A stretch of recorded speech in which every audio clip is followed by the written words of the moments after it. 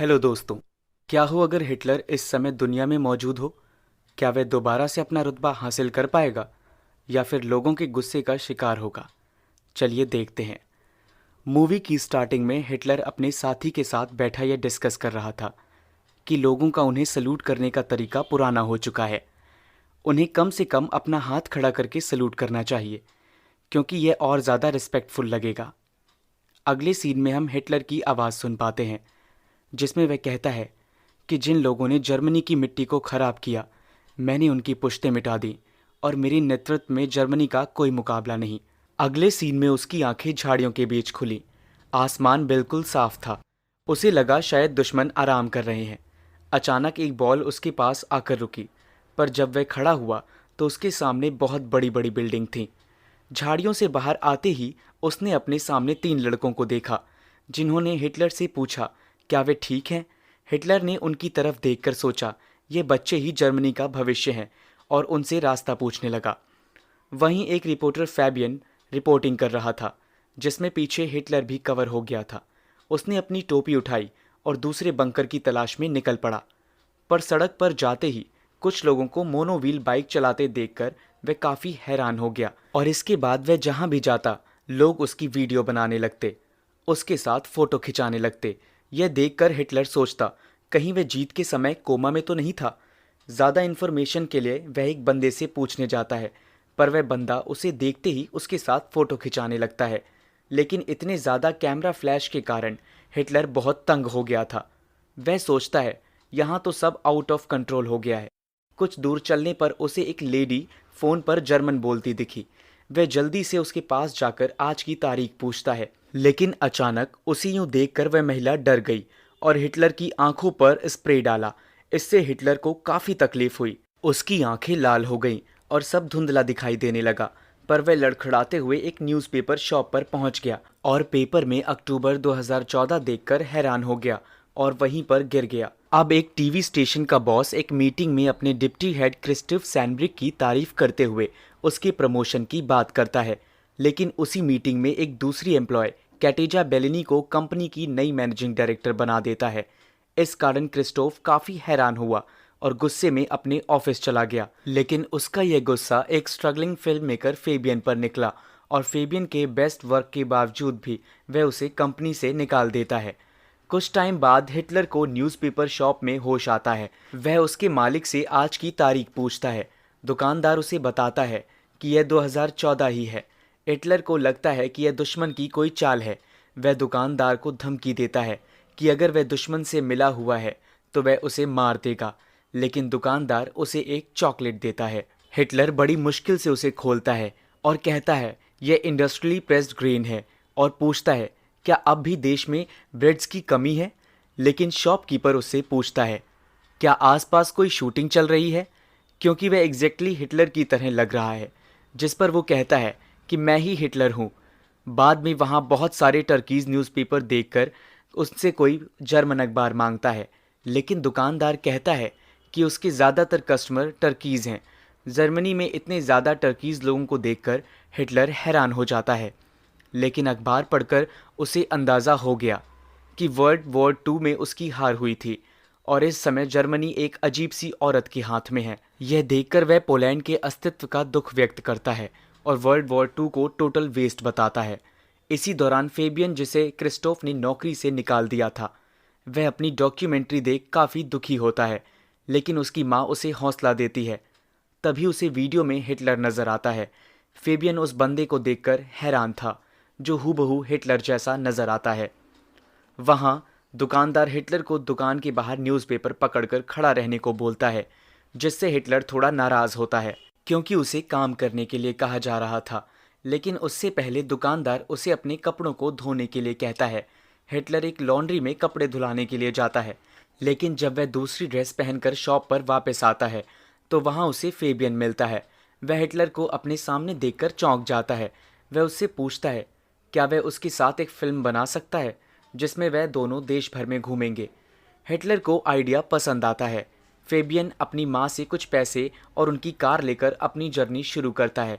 इसके बाद दोनों एक होटल में रुकते हैं, जहां हिटलर टीवी देखकर हैरान हो जाता है। इसके बाद वह तय करता है कि वह अपनी इन वीडियो में लोगों से पॉलिटिक्स की बातें करेगा। जिसके बाद वे दोनों कई जगहों पर जाते हैं और कई लोगों का इंटरव्यू करके हिटलर इस नतीजे पर पहुंचता है कि डेमोक्रेसी का लोगों पर कुछ खास प्रभाव नहीं पड़ा और हालात अभी बिल्कुल 1930 जैसे ही हैं। लोग इमिग्रेंट्स की समस्या से काफ़ी दुखी हैं। इससे हिटलर इस निर्णय पर आता है कि दो कौमों को आपस में मिलाना कोई अच्छा आइडिया नहीं है। थोड़ी देर बाद दोनों एक फॉर्म में पहुंचते हैं जहां हिटलर को एक कुत्ता काट लेता है। वह गुस्से में उस कुत्ते को गोली मार देता है।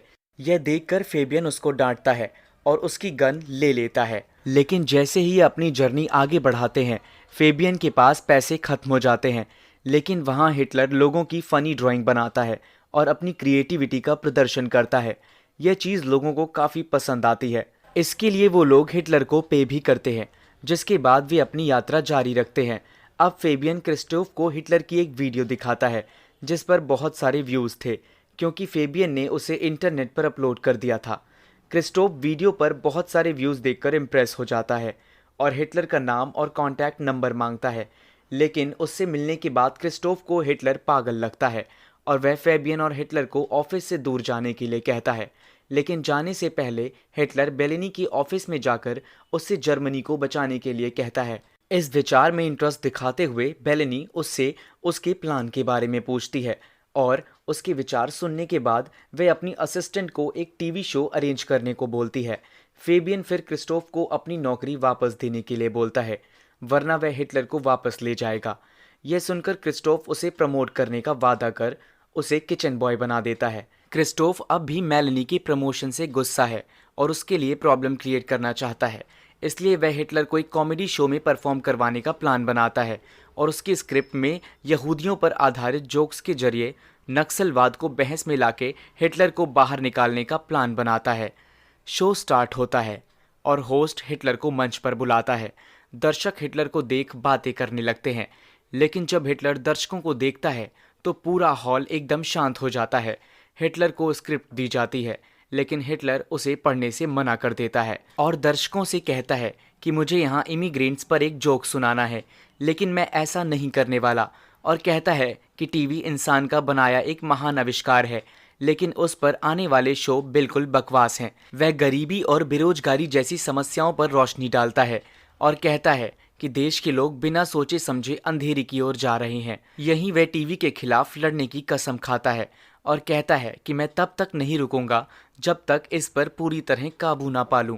इसके साथ ही पूरा हॉल तालियों के शोर से गूंजने लगा। उसकी ऐसी लोकप्रियता देख बेलेनी उसको हर शो में बुलाने को कहती है। क्रिस्टोफ अपने प्लान को फेल होता देख बेचैन हो जाता है और अब हिटलर कई टीवी शो में इंटरव्यू देता है और यह भी कहता है कि वह जर्मनी को दोबारा एक महान देश बनाना चाहता है। अब कुछ टाइम बाद हिटलर और ज़्यादा फेमस हो जाता है, जिसके बाद वह कई बड़े लोगों और पार्टी नेताओं से मिलता है और उन सभी को अपनी बातों और विचारों से आकर्षित करता है। अब एक दिन हिटलर और फेबियन एनपीडी हेडक्वार्टर जाते हैं, जो जर्मनी की सबसे बड़ी पॉलिटिकल पार्टी है। वह दोनों उसके संघीय अध्यक्ष उल्फ ब्रेन से मिलते हैं और पूछते हैं कि उन्होंने अब तक क्या हासिल किया। हिटलर उसे काम करने का तरीका समझाता है और कहता है उन्होंने काफ़ी समय बर्बाद कर दिया और उनके कारण जर्मनी का आंदोलन कई दशकों तक रुका रहा। अब टीवी शो पर एक दिन पुलिस व डिस्ट्रिक्ट अटॉर्नी आते हैं और कहते हैं कि वे वॉयलेंस कर रहे हैं। यह देख क्रिस्टोफ काफ़ी खुश होता है। मेलेनी कहती है अब हमें क्या करना चाहिए। क्रिस्टोफ सुझाव देता है कि शो रद्द कर दें, लेकिन डिस्ट्रिक्ट अटॉर्नी कहती है कि वह प्रसारण चालू रख सकते हैं। मेलेनी यह सुनकर राहत की सांस लेती है, जबकि क्रिस्टोफ फेक सी स्माइल करता है। लेकिन कुछ देर बाद क्रिस्टोफ को एक लेटर मिलता है जिसमें उस कुत्ते का भुगतान मांगा गया था जिसे हिटलर ने गोली मार दी थी। और यहाँ क्रिस्टोफ को एक और आइडिया आता है, जिसके बाद हिटलर एक टीवी शो में होता है जहाँ उससे लोग अलग अलग वॉर के बारे में सवाल पूछ रहे थे। हिटलर जवाब देता है कि वह लोगों तक पहुँचना चाहता है, लेकिन होस्ट उसे कहता है कि उससे सभी कामों को सही नहीं ठहराया जा सकता। वह उसे कुत्ते को गोली मारने वाली क्लिप दिखाता है। यह वीडियो देखकर दर्शक काफ़ी परेशान हो जाते हैं। हिटलर धमकी देता है कि वह उसके साथ भी ऐसा ही करेगा और उनके स्टूडियो को टैंक पार्किंग एरिया में बदल देगा। इससे व्यूअर्स काफ़ी नाराज़ और गुस्सा हो गए। यह देखकर क्रिस्टोफ काफ़ी खुश हो जाता है क्योंकि इस खराब इंटरव्यू के कारण बेलिनी को उसकी पोस्ट से हटा दिया जाता है और क्रिस्टोफ को न्यू मैनेजिंग डायरेक्टर बना दिया गया। इसके बाद हिटलर फेबियन के घर जाता है और वहीं रहने लगता है और वह अपनी नई बुक लिखने लगता है जो कुछ समय बाद देश की बेस्ट सेलर बुक साबित होती है। वहीं हम देखते हैं कि टीवी स्टूडियो में एक मीटिंग अरेंज की जाती है जहां कंपनी को हुए भारी नुकसान पर चर्चा होती है। क्रिस्टोफ का मानना है कि उनका पुराना कॉमेडी शो उन्हें वापस ट्रैक पर ले आएगा, पर एक एम्प्लॉय उसे बताता है कि उस शो का होस्ट नौकरी छोड़कर जा चुका है। क्रिस्टोफ पागल हो जाता है और शो करने वाले एम्प्लॉयज़ पर गुस्सा होता है। तभी उनमें से एक बंदा हिटलर को वापस लाने का सुझाव देता है। क्रिस्टोफ को यह आइडिया अच्छा लगता है और वह हिटलर की तलाश में निकल पड़ता है और फेबियन को कहता है कि वह उसे हिटलर के ऊपर एक फिल्म बनाने के लिए $1 मिलियन देगा, पर यह मूवी उन्हीं के चैनल पर प्रसारित होगी। अब हिटलर और फेबियन बेलेनी की असिस्टेंट के घर जाते हैं जहां उसकी दादी हिटलर को पहचान लेती है और कहती है कि तुमने अनगिनत लोगों को बड़ी बेरहमी से मार डाला। वह उसे हत्यारा कहती हैं और घर से निकाल देती हैं। कार में हिटलर उस असिस्टेंट को यहूदी होने पर हैरान होता है। वह यहूदियों को इंसानों से कम समझता है।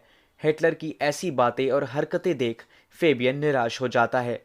सेट पर वापस आने के बाद वो हिटलर से पूछता है कि जब बेल तुम्हारे पास आई उससे पहले तुम्हारे साथ क्या हुआ, पर हिटलर को कुछ भी याद नहीं आता और वह सेट से बाहर निकल जाता है। वहाँ उसे कुछ गुंडे घेर लेते हैं और उसकी जर्मनी को हासिल करने वाली बात पर उसे पीट देते हैं। हिटलर की आंखें अस्पताल में खुलती हैं जहां बेलिनी उसके सामने खड़ी थी। वहां फेबियन हिटलर को लेकर थोड़ा परेशान था। वह उस वीडियो को देखता है जिसमें उसे पहली बार हिटलर दिखा था। यह वही जगह थी जहां हिटलर आज उसे ले गया था। फेबियन दोबारा जब वहां जाकर देखता है तो वहां एक बोर्ड लगा था जिस पर एक बंकर का नाम लिखा था, यानी यहाँ पहले एक बंकर था। फेबियन जल्दी से अस्पताल जाता है लेकिन हिटलर वहाँ नहीं होता।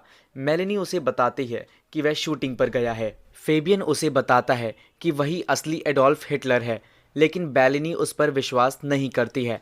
फेबियन पागलों की तरह उसे समझाने की कोशिश करता है, जिसके बाद कुछ गार्ड्स आकर उसे शांत करने की कोशिश करते हैं, लेकिन फेबियन वहाँ से भाग जाता है। वह फिर सेट पर पहुँचता है और हिटलर पर गन तानकर उसे अपनी पहचान बताने के लिए कहता है। हिटलर कहता है कि मैंने कभी नहीं कहा कि मैं कोई और हूँ। फेबियन कहता है तुम अपने प्रचारों से लोगों को बेवकूफ़ बना रहे हो। हिटलर कहता है लोगों ने एक ऐसा नेता चुना जिसने 1933 में अपने विचारों को खुलकर पेश किया। फेबियन बंदूक की नोक पर हिटलर को बिल्डिंग के ऊपर ले जाता है। वह हिटलर को एक कोने पर खड़ा करके उसे कहता है तुम एक राक्षस हो। हिटलर कहता है साधारण लोगों ने एक असाधारण व्यक्ति को चुना और देश का भाग्य उसे सौंप दिया। वह कहता है लोगों ने उसे इसलिए चुना क्योंकि सभी लोग अपने दिलों के भीतर उसकी इस सोच से इत्तेफाक रखते हैं। फेबियन को गुस्सा आता है और वह हिटलर को गोली मार देता है और हिटलर बिल्डिंग से नीचे गिर जाता है। थोड़ी देर बाद फेबियन को हिटलर की आवाज़ सुनाई देती है। वह कहता है कि एक जर्मन उससे कभी छुटकारा नहीं पा सकता और हिटलर जो अभी अभी नीचे गिरा था फेबियन के पीछे खड़ा दिखाई देता है। जब बेलेनी स्टूडियो में कट बोलती है और हमें पता चलता है कि यह शूटिंग चल रही थी जिसमें एक दूसरा एक्टर फेबियन का मास्क लगाकर शूटिंग कर रहा था। हिटलर अब सभी से उन कॉमरेड को याद करने को कहता है जो आज उनके बीच नहीं है। वहाँ एक छेद फेबियन को पागल खाने में रोते हुए दिखाया जाता है। फिल्म की बहुत ज़्यादा सक्सेस के बाद जब बेलेनी और हिटलर कार से जा रहे थे तो सभी लोग हाथ उठाकर उनका सम्मान। तो दोस्तों, हमारी कहानी आपको कैसी लगी हमें कमेंट में ज़रूर बताइएगा और हमारे चैनल को ज़रूर सब्सक्राइब करिएगा।